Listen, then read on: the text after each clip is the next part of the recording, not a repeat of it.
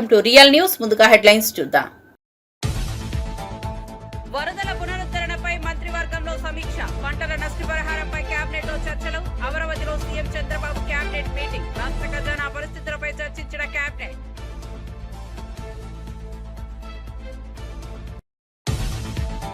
ఉపరాష్ట్రపతి నామినేషన్ దాఖలు చేసిన ఇండియా, ఢిల్లీలో P Sudarshan Reddy nomination filing, India కూటమి వర్గాల్లో ఉత్కంఠ వాతావరణం, ఉపరాష్ట్రపతి అభ్యర్థిగా సుదర్శన్ రెడ్డి ఎంపిక.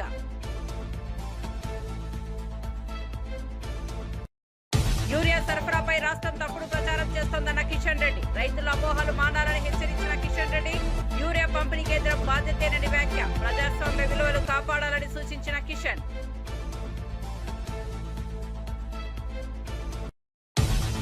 తిరుమలలో శ్రీవారిని దర్శించుకున్న నాగ చైతన్య శోభిత దంపతులు, ప్రత్యేక ఏర్పాట్లతో స్వామివారి ఆశీస్సులు అందుకున్న త్రివిక్రమ్, భక్తి ఆధ్యాత్మికతతో శ్రీవారిని దర్శించిన సినీ ప్రముఖులు.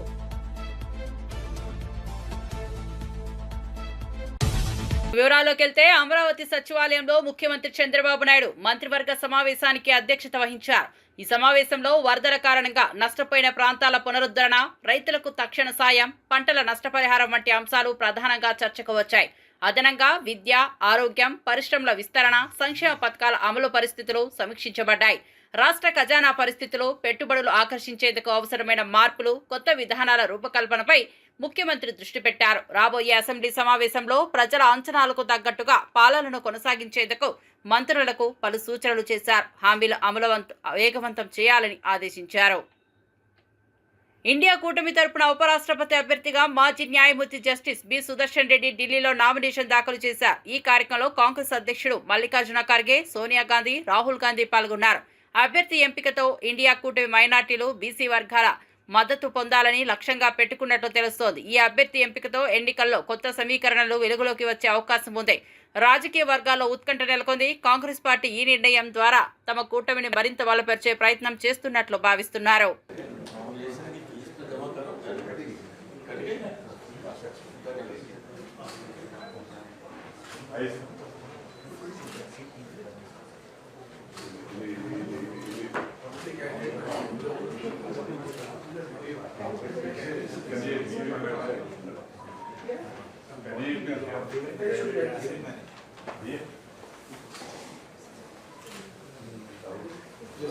राहुल जी का आपके बगल में शरद पवार जी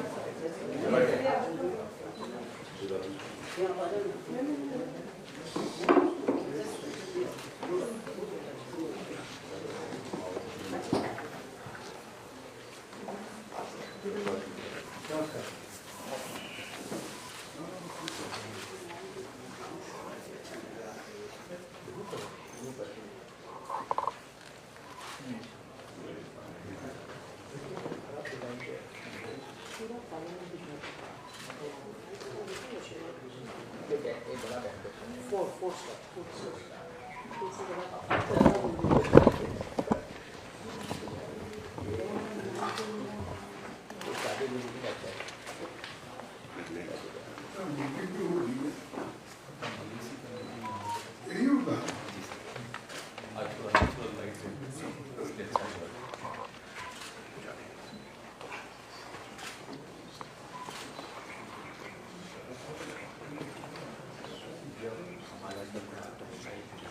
वहाँ पे जाना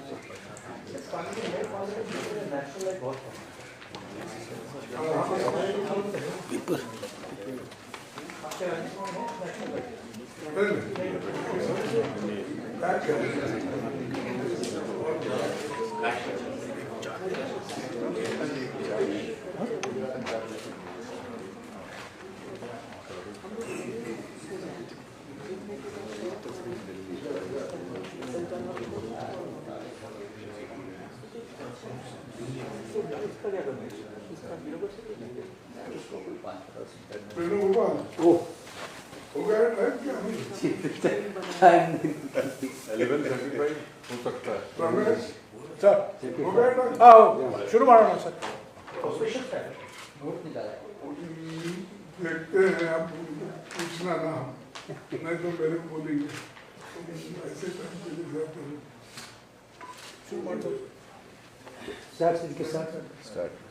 నేరారోపణల కింద జైలుకు వెళ్లిన ప్రజాప్రతినిధులు పదవులకు రాజీనామా చేయాలని కేంద్ర మంత్రి కిషన్ రెడ్డి విజ్ఞప్తి చేశారు.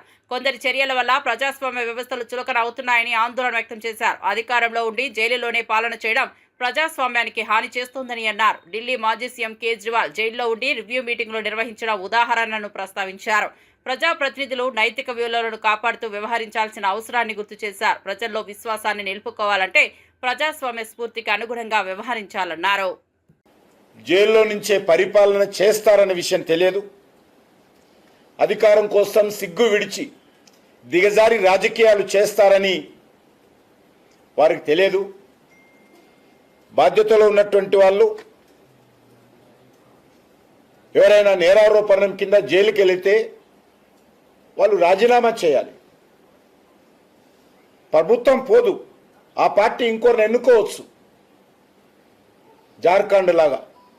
అంతే తప్ప వ్యక్తుల కోసం వ్యవస్థను దిగదార్చే విధంగా, ప్రజలలో నవ్వుల పాలయ్యే విధంగా ఈరోజు కొంతమంది వ్యక్తులు అధికారాన్ని విడిచిపెట్టకుండా జైల్లో ఉండి పరిపాలన చేస్తున్నటువంటి విషయాలను మనం చూస్తూ ఉన్నాము. ఢిల్లీ ముఖ్యమంత్రి అరవింద్ కేజ్రీవాల్ 6 నెలలకు పైగా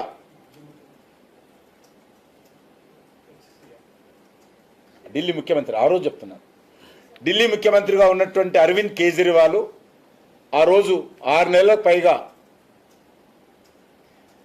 జైల్లో ఉన్నప్పుడు జైల్లోనే రివ్యూ మీటింగులు పెట్టేవాడు.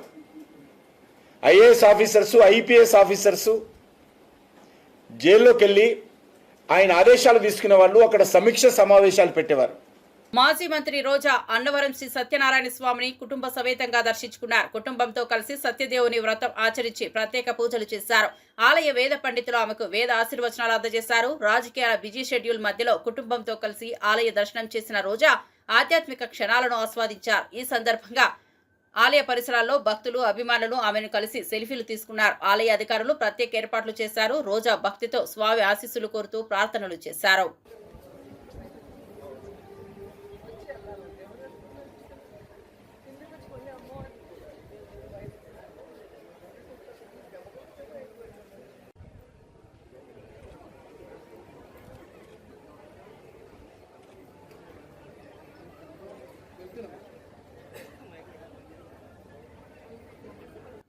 మదనపల్లి వైఎస్ఆర్సీపీ సమన్వయకర్త నిస్సార్ అహ్మద్ మాట్లాడుతూ ప్రజలు మళ్లీ జగన్ను ముఖ్యమంత్రిగా చూడాలని కోరుకుంటున్నారని అన్నారు. చంద్రబాబు హామీలు అమలు చేయడం మోసం చేశారని విమర్శించారు. వైఎస్ఆర్సీపీ ఆధ్వర్యంలో నిర్వహిస్తున్న బాబు షూరిటీ మోసం గ్యారంటీ కార్యక్రమం విజయవంతమవుతోందని తెలిపారు.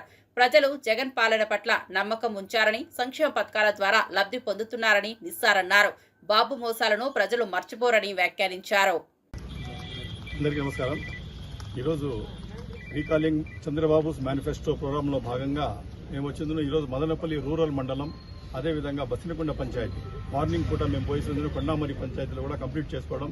ఈరోజు వచ్చిందులో బసినకొండ పంచాయతీలో సర్పంచ్ గారి ఆధ్వర్యంలో ఇక్కడ వచ్చిందులో ఎంపీపీ వెలుగు చంద్ర గారు, అదేవిధంగా మన బావుజాన్ గారు, అదేవిధంగా మన కన్వీనర్ వచ్చిందును మన కరుణాకర్ రెడ్డి గారు, మన తట్టి శ్రీనివాసరెడ్డి గారు, ప్రతి ఒక్కరూ ఇంకా వైఎస్ఆర్ శ్రేణులు అందరూ ఇక్కడ వచ్చేసి కౌన్సిలర్లు, తర్వాత సర్పంచెస్ అందరూ వచ్చేసి ఇక్కడ గడప గడపకు తిరిగి ప్రజల గడప గడపకు తిరిగేదాన్ని కూడా మేమందరూ పూనుకున్నాము. ఈ తిరగడం మేము ముఖ్య ఉద్దేశం ఏమంటే ఏ విధంగా ఈ గవర్నమెంట్ మాట తప్పి ఏ రకంగా పెత్తందారుల సైడ్ నిలబడిందో ఆ రోజు వచ్చిందని మేము ముందే చెప్పారు జగన్మోహన్ రెడ్డి గారు, పెత్తందారుల పక్కన నిలబడే ప్రభుత్వం అది అని. అది నిజంగా ఈ రోజు నిజమైంది. ఎక్కడ చూసినా పెత్తందారుల కోసం పోలవరం ప్రాజెక్ట్ అని చెప్పింది, అమరావతి అని చెప్పేసిందను దాని మీద కాన్సన్ట్రేట్ చేస్తూ ఇక్కడ ప్రజలకు పేద ప్రజల గురించి వాళ్ళ అభివృద్ధి గురించి టోటల్ విస్మరించేసింది. నానా ఇబ్బందులు ప్రజలు పడతా ఉండరు. ఇక్కడ వీళ్ళు లేరు, వాలంటీర్ వ్యవస్థ లేదు, ఏ రకంగా కూడా వాళ్ళకి బియ్యాలు వచ్చేదని ముందు డోర్ డెలివరీ వచ్చేదని ప్రతి ఒక్కరు వెహికల్స్ వచ్చి ఇక్కడ ఇచ్చేది. ఈ రోజు వీళ్ళందరూ స్టోర్ల కాడికి పోయేసి ఆడ పడిగాపులు కాసే పరిస్థితి అయిపోతా ఉంది. వాళ్ళు చెప్పిన టయానికి పోవాలా, ఉండంటే తీసుకోవాలా, లేదంటే లేదు అయిపోయిపోవంటే వెళ్ళిపోవాలా, అట్లా ఇబ్బందులు పడతా ఉంటారు. రోడ్ల పరిస్థితి దారుణంగా ఉంది. ఇప్పుడు నేను అదే అడుగుతున్నా, ఈ ప్రభుత్వం వచ్చిన తర్వాత మనం వైఎస్ జగన్మోహన్ రెడ్డి గారు పరిపాలన 5 సంవత్సరాల్లో ప్రతి విలేజెస్ కూడా తార్ రోడ్ వేసాం. దగ్గర ఓటింగ్ కాల్ సంవత్సరం అవుతుంది ఈ ప్రభుత్వం వచ్చి. ఒక్క తార్ రోడ్ అయినా ఏ విలేజ్ కైనా ఒక్క తార్ రోడ్ అయినా వేస్తారని ప్రశ్నిస్తాను. ఎక్కడ కూడా ఏమీ లేదు. కేవలం పెత్తందారుల పక్షాన నిలబడి వాళ్ళ లబ్ధి కోసం అమరావతి తప్ప వేరే అజెండానే లేదు, పోలవరం తప్ప వేరే అజెండానే లేదు. ప్రజలు ఎట్లా బతుకుతా ఉన్నారు, ఏం చేస్తా ఉన్నారు అనేది ఏమి ఇదే లేదు. కేవలం అధికారంలో ఉన్నా అధికారంలో లేకపోయినా ప్రజల పక్షాన నిలబడే పార్టీ వచ్చి వైఎస్ జగన్మోహన్ రెడ్డి గారే వైఎస్ఆర్సీపీ పార్టీని. ఈ రోజు ఆయన అధికారంలో లేకుండా కూడా ఎంత కుమిలిపోతా ఉన్నాడంటే ప్రజలకు అన్యాయం చేస్తా ఉన్నారు. నేను ఈ విధంగా వాళ్ళకు అన్ని రకాలుగా మేలు చేశాను, అన్ని రకాలుగా వాళ్ళకు ఆదుకున్నాను. ఈ రోజు వాళ్ళకి వచ్చిందని రండి రోడ్డు మీద వదిలేసినారు. చాలా మా ప్రజలు ఇబ్బందులు పడతా ఉన్నారు. మీరు పోయి ప్రజలకు చెప్పండి ఏ రకంగా వాళ్ళు మోసపోయినారు, ఏ రకంగా వాళ్ళు తప్పుడు వాగ్దానాలు చేసి మయమర్చి ప్రజలకు మోసం చేసి ఈరోజు ఓట్లు తీసుకొని ఈరోజు వచ్చిన తర్వాత టోటల్ విస్మరించేసినారు. ఇదంతా పోయి చెప్పే బాధ్యత మీ మీద ఉంది అని చెప్పి ఆయన మన భుజస్కంధాల మీద ఆ బాధ్యత పోతున్నారు. అందువల్ల ప్రతి కార్యకర్త ఇక్కడ అదే పనిగా పోయి ప్రతి గడపకు పోయేసును ఏ రకంగా ఈ ప్రభుత్వం అన్యాయం చేస్తోంది ప్రజలకు అని చెప్పి మనము 100% వాళ్ళకి అవగాహన కల్పిస్తే 100% ఇంక మీదట వాళ్ళు వచ్చిన సుపరిపాలనని తొలెడుకొని మళ్ళా మీ దగ్గరికి వస్తారు. అప్పుడు మీరు మళ్ళా తిరిగి మోసపోకుండా వచ్చిన వెంటనే మీకు ఒక నమస్కారం మీ నుండి పోండి నేను చెప్పేటట్టు మీరు ఉండాల. దానికోసం అవగాహన కల్పించేదానికే మేమందరూ ఈరోజు వైఎస్ఆర్ శ్రేణులు అందరూ ఇక్కడ వచ్చేస్తున్నాము. గడపకు మన సెంట్రల్ ఆఫీస్ దీని ప్రకారం వాయిస్ ప్రకారం మేమందరూ ఇక్కడ తిరుగుతూ ఉన్నాము. ఈ రోజు మనం వచ్చేది మండల్ లెవెల్లో కంప్లీట్ చేసుకున్నాము, కాన్స్టిట్యున్సీ లెవెల్లో కంప్లీట్ చేసుకున్నాము. ఇప్పుడు మున్సిపల్ వార్డ్స్లోను గ్రామ పంచాయతీలో కూడా మేము టేకప్ చేయడం జరుగుతుంది. ఖచ్చితంగా ప్రతి ఒక్కరూ ఇది చేసి ఈరోజు కార్యకర్తలదే బాధ్యత. కార్యకర్తలు ప్రతి ఒక్కరూ పోయి అవగాహన కల్పిస్తే ఇంకా రాబోయే దినాల్లో జగన్మోహన్ రెడ్డి 2.0 గాని వచ్చిందంటే కార్యకర్తలకే పెద్ద పెట్టేస్తారు. కార్యకర్తలకు మంచి జరుగుతుంది, ప్రజలకు మంచి జరుగుతుంది. పేదల పక్షాన నిలబడే పార్టీ వైఎస్ జగన్మోహన్ రెడ్డి, వైఎస్ఆర్సీపీ పార్టీనే వైఎస్ జగన్మోహన్ రెడ్డి గారే. కాబట్టి ప్రజలందరినీ గుర్తుపెట్టుకోవాలా. ఖచ్చితంగా ఈ రోజు మనకు అంధకారం ఉంది, తిరిగి జగన్మోహన్ రెడ్డి గారు తిరిగి వస్తారు. మనకు ఆ సూర్యుడు మళ్ళా ఉదయిస్తాడు, మన బాధలన్నీ తీరుతాయని చెప్పి సమయం తెలుపుకుంటూ ప్రతి ఒక్కరూ దీంట్లో పాలు పంచుకోవాలని చెప్పి ఈ సందర్భంగా కోరుకుంటూ అందరూ గడపడకు తిరగాలని చెప్పి డిమాండ్ కోరుకుంటాం. రాష్ట్ర ప్రభుత్వం యూరియా సరఫరాపై తప్పుడు ప్రచారం చేస్తోందని కేంద్ర మంత్రి కిషన్ రెడ్డి మండిపడ్డారు. రైతుల్లో అపోహలు సృష్టించడం మానాలని సూచించారు.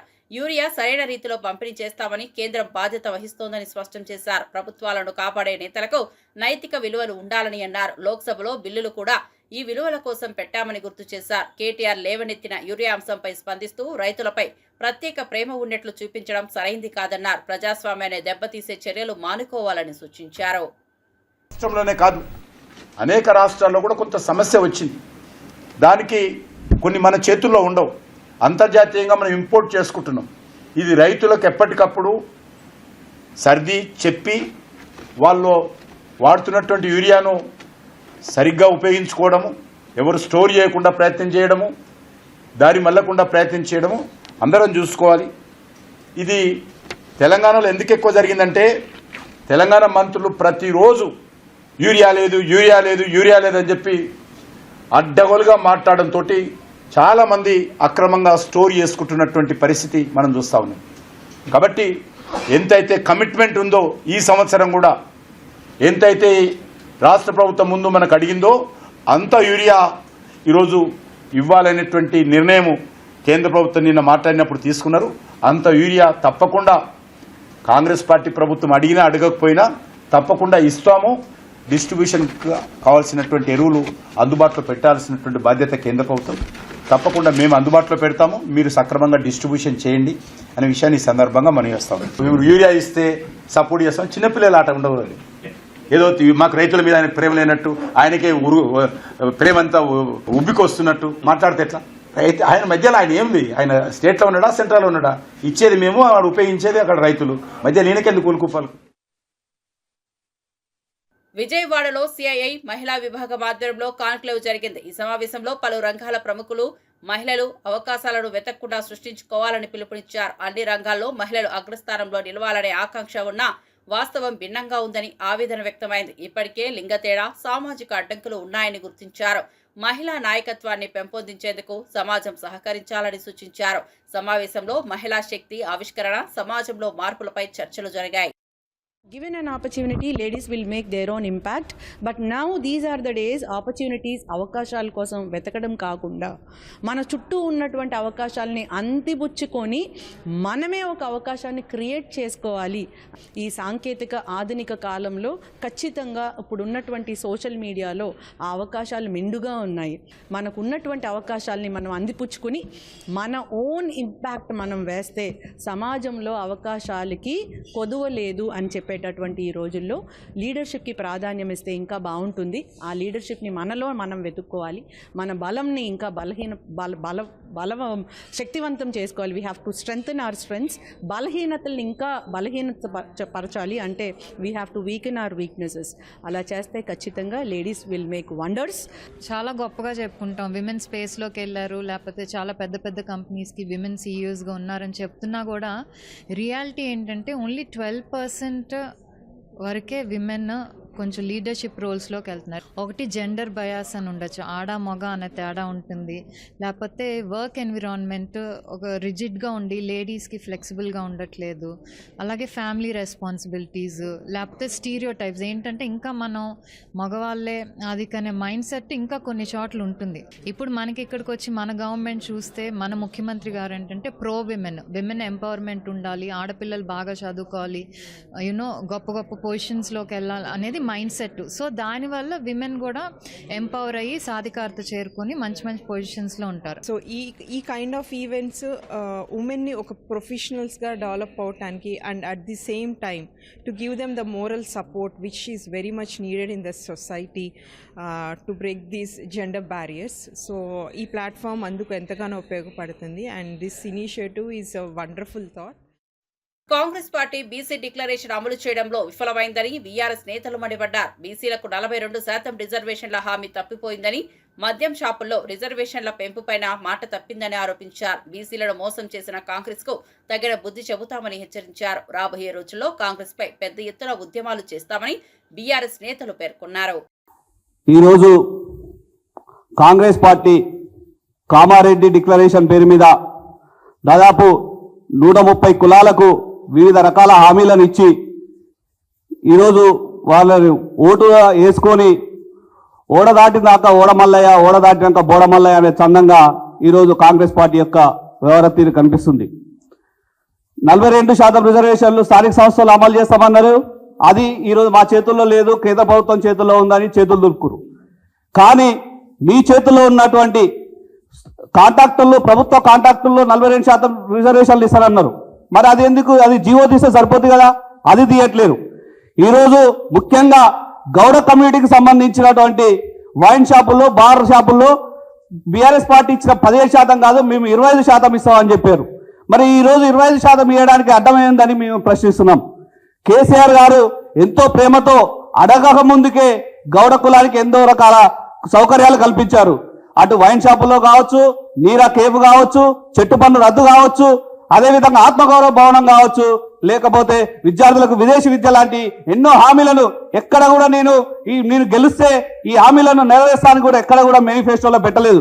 కానీ ఎంతో ప్రేమతోని ప్రభుత్వం వచ్చిన తర్వాత ఎవరు అడగక ముందుకే ఇట్లాంటి హామీలు అన్నిటి చేసింది. కానీ కాంగ్రెస్ పార్టీ కామారెడ్డిలో సిద్ధరామయ్య గారిని తీసుకొచ్చి బీసీ డిక్లరేషన్ పేరు మీద 100 రకాల హామీలను ఇచ్చింది. కానీ ఈ రోజు వరకు కూడా ఏ ఒక్క కులానికి ఒక్క హామీని నెరవేర్చకుండా మోసం దగా చేస్తుంది. మేము పిసిసి అధ్యక్షుడు మహేష్ కుమార్ గౌడ్ని ఒకటే ప్రశ్నిస్తున్నాం. నువ్వు మొన్న సర్వై పాపన్న, జయంత్ చౌహాన్లు మేము రేవంత్ రెడ్డి కాదు రేవంత్ గౌడ్ అంటున్నావు. ఎందుకోసం గౌడ్ అని పిలుస్తున్నావు? ఇచ్చిన హామీలను మోసం చేస్తున్నందుక, రిజర్వేషన్లను పెంచనందుక, లేకపోతే సర్వై పాపన యొక్క ఎక్స్రేషియా పెంచనందుక, కల్లుగీత కార్మికుల యొక్క చనిపోయిన కార్మికులకు ఎక్స్రేషన్ పెంచినందుకు గౌడ్ అని పిలుస్తున్నావా? 15% రిజర్వేషన్ నుండి 20% వైన్ షాపుల్లో రిజర్వేషన్ పెంచినందుకు నువ్వు గౌడ్ అని పిలుస్తున్నావా అని ప్రశ్నిస్తున్నాం. కాబట్టి తక్షణమే మహేష్ గౌడ్, పొన్న ప్రభాకర్ దీనికి నైతిక బాధ్యత తీసుకోవాలి. తక్షణమే ఈ జీవోను సవరించాలి. ఏదైతే ఇస్తానని 15% నుండి 20% ఇస్తానన్నారో ఆ 25% రిజర్వేషన్ పెంచే వరకు కూడా మీరు ఏ రకంగా చేస్తారో ముఖ్యమంత్రి మీద ఒత్తిడి తీసుకొచ్చి ఆ రిజర్వేషన్ పెంచే వరకు చేయాలి. అవసరం అనుకుంటే మేము అన్ని కుల సంఘాలను, అన్ని బీసీ ప్రజాప్రతినిధులను కలుపుకొని ఏదైతే సిద్ధిరామయ్యతోని కామారెడ్డి డిక్లరేషన్ ప్రారంభించి చెప్పించారు. అవసరం అనుకుంటే కర్ణాటక రాష్ట్రాన్ని పోయి సిద్ధిరామయ్యకు కూడా చెప్తాము. ఈ రేవంత్ రెడ్డి ప్రభుత్వం చేస్తున్న మోసాన్ని, బీసీలకు ఏ రకంగా దగా చేస్తుండో, మోసం చేస్తుండో, మీ చేత ఎలాంటి చెప్పించిండు, ఆ చెప్పించిన హామీలను నెరవేర్చకుండా ఏ విధంగా మోసం చేస్తున్నా అనే విషయాన్ని త్వరలోనే కర్ణాటక రాష్ట్రానికి వెళ్లి సిద్ధిరామయ్యకు కూడా వివరించే ప్రయత్నం చేస్తామని చెప్పి డిమాండ్ చేస్తాం. మాజీ మంత్రి శ్రీనివాస్ గౌడ్ మాట్లాడుతూ కేసీఆర్ పాలనలో 15% రిజర్వేషన్లు ఇచ్చారని, కాంగ్రెస్ ఎన్నికల్లో 25% హామీ ఇచ్చి 17% కొనసాగించిందని విమర్శించారు. కాంగ్రెస్ గౌడ కులస్తులను మోసం చేసిందని ఆరోపించారు. ఖచ్చితంగా టెండర్లను అడ్డుకుంటామని హెచ్చరించారు. కాంగ్రెస్ వంచనకు తగిన సమాధానం ఇస్తామని తెలిపారు. గౌడ్లకు 20% మీరు ఇచ్చిన మాట ప్రకారం పెంచాలి. బార్ అండ్ రెస్టారెంట్లు కూడా మీరు ఇచ్చిన మాట ప్రకారం ఇవ్వాలి. 3 లక్షల ఈఎండి అనేది రద్దు చేయాలి. సొసైటీలకే నేరుగా అప్పచెప్పాలి. ఆ సొసైటీలకే మిగతా ఇష్యూస్ మీరు ఎందుకు చేస్తారో ప్రజలకు తెలుసు. వీళ్ళు బాగుపడొద్దు, ఆర్థికంగా బాగుపడొద్దు, మా మీదనే ఆధారపడాలి, మమ్మల్ని అడుక్కుంటూ ఉండాలి, బిచ్చగాళ్ళ మాదిరిగా ఉండాలి అనేటువంటి ఆలోచనతో వీళ్ళు ఎదుగుతే ఎక్కడ మాకు పోటీ వస్తారనేటువంటి కుట్రతో ఉన్న దుకాణాలు బంద్ చేయాలని చెప్పి ప్లాన్ చేసిండ్రు. మీ తరం కాదు, మీ వల్ల కాదని తెలిసింది. ఎందుకంటే మేము చెప్పినాం దుకాణాలు బంద్ చేసి చూడండి, మిమ్మల్ని దింపుతాం మీ ప్రభుత్వాన్ని చెప్పి కూడా ఆ రోజు చెప్పినాం. మేము నిజంగా ఈ సవాల్ స్వీకరించితే మీరు బంద్ చేసి చూస్తుండ్రి, దుకాణాలు రద్దు చేస్తుండ్రి, నిషేధం చేయాలని చూసిండ్రు, చేయలేకపోయినరు. ఇవాళ కూడా మీరు ఏదో పాపన్న విగ్రహం మేము పెట్టినాం అనుకుంటారు. ప్రజలకు తెలుసు పాపన్న గారి స్థలము ఎవరు హాయంలో కేటాయించిండ్రు. సరే మీరు ఇచ్చిర్రు, మాకు సంతోషమే, దాన్ని మేము కాదనం. కానీ దాన్ని సాకు చేసుకొని ఇవన్నీ ఇవ్వకుండా తాత్సారం చేసి ఇవి ఇవ్వకుండా మోసం చేస్తే ఎట్టి పరిస్థితుల్లో ఊరుకోం. మీరు రద్దు చేయకపోతే, సొసైటీలకు ఇవ్వకపోతే, 3 లక్షల ఈఎండి రద్దు చేయకపోతే, 20% పెంచకపోతే ఖచ్చితంగా పెద్ద ఎత్తున ఉద్యమం చేస్తాం. మీరు ఎట్లా పెడతారో దుకాణాలు చూస్తాం, ఎట్లా యాక్షన్ పెడతారో చూస్తాం. ఖచ్చితంగా బరాబర్ అడ్డుకుంటాం. నువ్వు కలెక్టర్ ఆఫీస్లో పెట్టినా, ఎక్కడ పెట్టినా, నీవు ఎంతమంది పోలీసులను పెట్టినా బరాబర్ అడ్డుకుంటాం. దాని వెనుకలు ఉన్నటువంటి మొత్తం తీస్తాం మేము బయటికి. ఆ లిక్కర్ మాఫియాను కూడా తీస్తాం మేము. కేసులతో మమ్మల్ని భయపెట్టాలంటే మీ వల్ల కాదు. మేము కూడా సర్వాయి పాపన్న వారసులం. మేము టాటాకి చెప్పులకు భయపెట్టడం కాదు, ప్రాణాలకు తెగించి వృత్తి నుంచి వచ్చినటువంటి జాతిది. మర్యాదగా కేసులు బంద్ చేసి గౌడ కులస్తుల పైన దుకాణాలు తెరిపించి క్షమాపణ చెప్పి మీరు ఇచ్చిన ప్రకారం చెట్లు పెంచండి, డ్రిప్ చేయండి, కల్తీ లేకుండా చూడండి. మీ అధికారులు కల్తీ మబ్బులో ఉన్నారు. మీ రాజకీయ నాయకులు కొంతమంది కల్తీ మబ్బులో ఉన్నారు. మీ కల్తీగాళ్ళు, మీ కల్తీ లీడర్లను కంట్రోల్ చేయండి. మీ కల్తీగాళ్ళను కంట్రోల్ చేయకుండా కల్తీ పేరు కళ్ళు నిషేధిస్తామంటే ఊరుకోం చెప్తున్నా. ఎట్టి పరిస్థితుల్లో ఊరుకోం. మేము అల్లాటప్పలం కాదు. మేము ఖచ్చితంగా బరాబర్ చెప్పింది చేసి చూపిస్తాం. ప్రాణాలకు సైతం లెక్క చేయకుండా తెలంగాణ ఉద్యమంలో పాల్గొన్నటువంటి జాతులు ఇవన్నీ. ఉప ముఖ్యమంత్రిగా ఉన్నప్పుడు పవన్ కళ్యాణ్ సినిమా ప్రమోషన్స్ చేస్తూ అధికార దుర్వినియోగం చేశారంటూ మాజీ ఐఏఎస్ విజయ్ కుమార్ కేసు పెట్టడాన్ని గుంటూరు జిల్లా జనసేన అధ్యక్షుడు గాదె వెంకటేశ్వరరావు తప్పుపట్టారు. జగన్ అధికార దుర్వినియోగానికి సహకరించిన విజయ్ కుమార్ ఇప్పుడు పవన్ పై కేసులు పెట్టడం విడ్డూరంగా ఉందన్నారు. తాడేపల్లి స్క్రిప్ట్ ప్రకారమే మాట్లాడుతున్నారని మండిపడ్డారు. తిరుదాన్లు అనే కాన్సెప్ట్ తెర మీద తీసుకొచ్చినాడు నువ్వు కదా. నువ్వు ఇవాళ రాజకీయ అవతారం ఎత్తావు. మళ్ళా నువ్వు వచ్చి వాళ్ళు నీతులు చెప్తావా? హైకోర్టులో వేసిన పిటిషన్లో కూడా నువ్వేదో సత్యసంధుల్లాగా చెప్పుకొచ్చావు. వాలంటీర్లను పెట్టి ఆ వాలంటీర్ల ద్వారా సాక్షి పేపర్ని కొనిపించేటటువంటి విధానం తీసుకొచ్చి కొన్ని 100 కోట్ల ప్రభుత్వం సొమ్ముని సాక్షి పేపర్కి పంపించినప్పుడు ఉద్యోగం చేస్తున్నావు కదా, కనపడదా? మరి అదిరా బాబు దుర్వినియోగం అంటే. కానీ వాళ్ళ రాజకీయ నాయకుడు అన్నమాట రాజకీయం వేరు, ఆయన బ్రతుకు తెరువు వేరు. ఆయన బ్రతకాలంటే ఏదో ఒకటి చేసుకోవాలి. ఆ విషయం తెలిసిన వ్యక్తి కనుకనే సినిమాలు చేస్తున్నాడు. కానీ ఒక ఐఏఎస్ గా ఏ రకంగా చేసావో నాకైతే అర్థం కావట్లా. కెలుక్కున్నావు నువ్వు. సిద్ధంగా ఉండు విజయ్ కుమార్, ఎంక్వైరీలు జరుగుతాయి. నువ్వు కూడా కోర్టు మెట్లు ఎక్కక తప్పదు, కేసులు ఫేస్ చేయక తప్పదు. ఎందుకంటే ఏ రకంగా నువ్వు, నీ పక్కన ఉన్నటువంటి 6 రోజులు ఉన్నటువంటి ధనంజయ రెడ్డి సంథింగ్ ఉన్నారు, మీరందరూ కూడా కలిసి ఏ రకంగా అవినీతి చేశారో వస్తుంది, త్వరలోనే వస్తుంది. ఎందుకు తొందరపడతావు? తిరుమలలో అక్కినేని నాగచైతన్య, శోభిత దంపతులు, దర్శకుడు త్రివిక్రమ్ శ్రీవారిని దర్శించుకున్నారు. ఆలయ అధికారులు ప్రత్యేక ఏర్పాట్లు చేశారు. భక్తి ఆధ్యాత్మికతతో స్వామివారి ఆశీస్సులు అందుకున్నారు.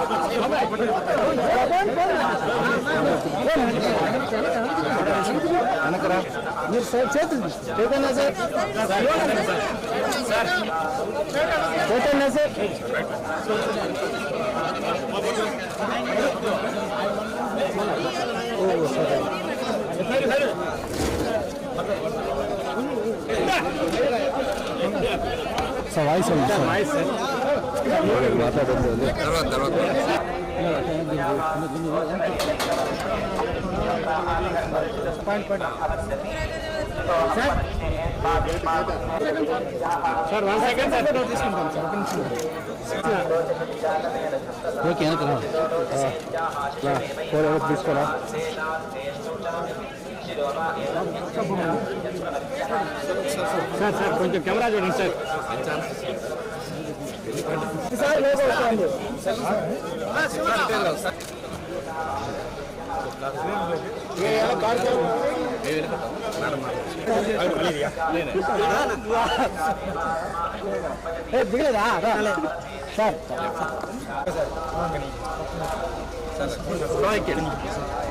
శ్రీ సత్యసాయి జిల్లా పుట్టపర్తిలో కెనరా బ్యాంక్ ఆధ్వర్యంలో గ్రామీణ స్వయం ఉపాధి శిక్షణ సంస్థను కలెక్టర్ చేతన ప్రారంభించారు. గ్రామీణ యువతకు ఉపాధి అవకాశాలు శిక్షణ అందించనుంది.